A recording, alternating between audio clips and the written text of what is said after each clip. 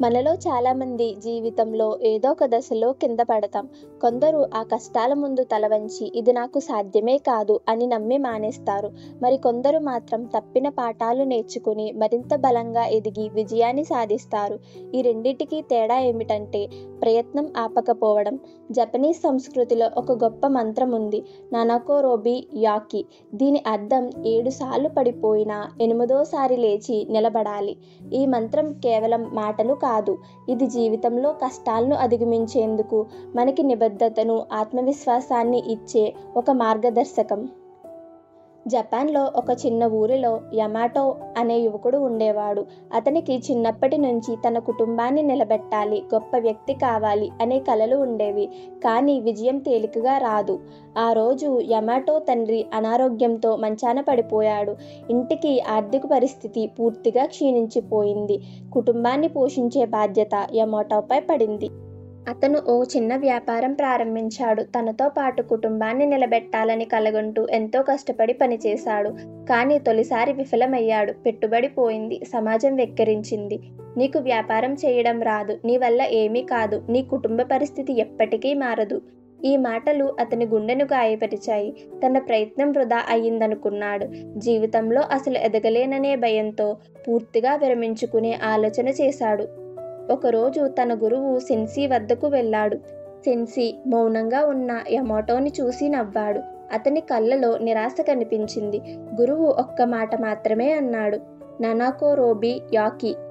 యమాటో ఆశ్చర్యపోయాడు. అదేంటండి గురువుగారు అని అడిగాడు. సెన్సీ ఓ కథ చెప్పాడు.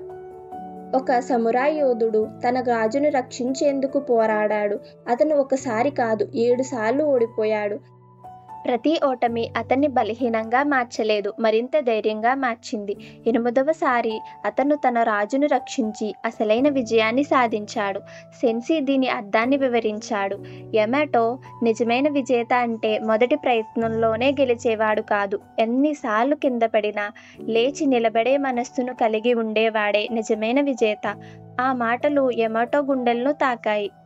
గురువు మాటలు వినగానే యమాటో జీవితాన్ని కొత్త కోణంలో చూశాడు. నా ప్రయత్నం విఫలమైంది, కానీ నేను విఫలమైపోలేదు. తను మళ్ళీ ప్రయత్నించాలని నిర్ణయించుకున్నాడు.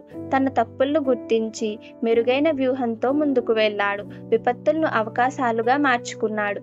చిన్న చిన్న విజయాలు జరుపుకుంటూ పెద్ద విజయం కోసం పనిచేశాడు. కొన్ని నెలల తర్వాత తన వ్యాపారం లాభాల్లోకి వచ్చింది. అతని కుటుంబం తిరిగి నిలబడింది. ఒకప్పుడు అతన్ని తక్కువగా చూసిన వాళ్ళు ఇప్పుడు అతన్ని గౌరవించసాగారు. అతని జీవితంలో ఆ మంత్రం అమల్లోకి వచ్చింది. 7 సార్లు పడిపోయినా 8వ సారి లేచి నిలిచాడు. జీవితంలో ఎదురయ్యే ప్రతి విఫలత మనకు గొప్ప పాఠాన్ని నేర్పిస్తుంది. కానీ మనం ఆ విఫలతలను ఓటమిగా భావించకుండా కొత్త అవకాశాలుగా చూడగలిగితే నిజమైన విజయం దగ్గర పడుతుంది. యమాటో తరహాలో మన జీవితంలో ఎన్నో సవాళ్లు ఉంటాయి. కానీ వాటిని అధిగమించే ధైర్యం మనలో ఉంటే ఎప్పటికైనా విజయం మనదే అవుతుంది. మనం ఒక ప్రయత్నంలో లేదా 10 ప్రయత్నాల్లో విజయం సాధించకపోవచ్చు. కానీ ప్రాక్టీస్ చేస్తూ నేర్చుకుంటూ ముందుకు సాగితే మన లక్ష్యాల్ని తప్పకుండా చేరుకుంటాం. విజయం అనేది ఒక్కసారిగా దక్కదని గ్రహించినప్పుడే మన మనస్సులో ఓ నూతన ధైర్యం పుడుతుంది. మనలో చాలామంది విజయాన్ని తక్కువ సమయంలో సాధించాలని అనుకుంటారు. కానీ నిజమైన విజయం అనేది ఎన్నో విఫలతల తరువాతే దక్కుతుంది. విఫలం అవ్వడం తప్పు కాదు, ప్రయత్నం మానేయడమే నిజమైన తప్పు. ఒక్కసారి ఓడిపోతే మనం పూర్తిగా ఓడిపోయినట్టేనా? అస్సలు కాదు. మన బలహీనతలను తెలుసుకుని వాటిని మెరుగుపరుచుకుంటే విజయం ఖచ్చితంగా వస్తుంది. ఈ విషయాన్ని బుద్ధుని బోధనలో కూడా తెలియజేశారు.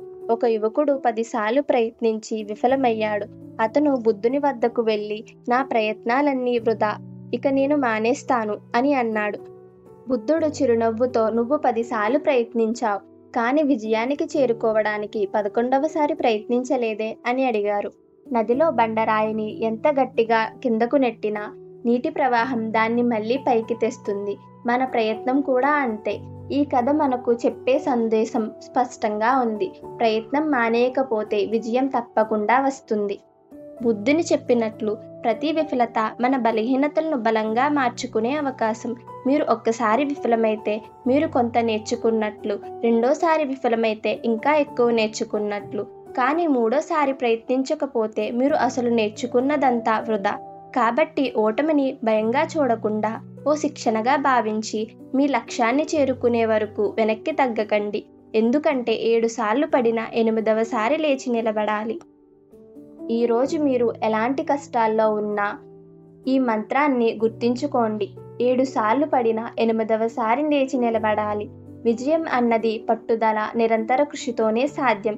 ఇవాళ ఓడిపోయినా రేపు విజయం నీదే. ఈరోజు మీ కష్టాలను గెలిచే వరకు ప్రయత్నించండి. ఈ వీడియో నచ్చితే లైక్ చేయండి, మీ ఫ్రెండ్స్కి షేర్ చేయండి, మీ అభిప్రాయాలను కామెంట్ చేయండి. మరిన్ని మోటివేషనల్ వీడియోస్ కోసం మా ఛానల్ను సబ్స్క్రైబ్ చేసి బెల్ ఐకాన్ని క్లిక్ చేయండి.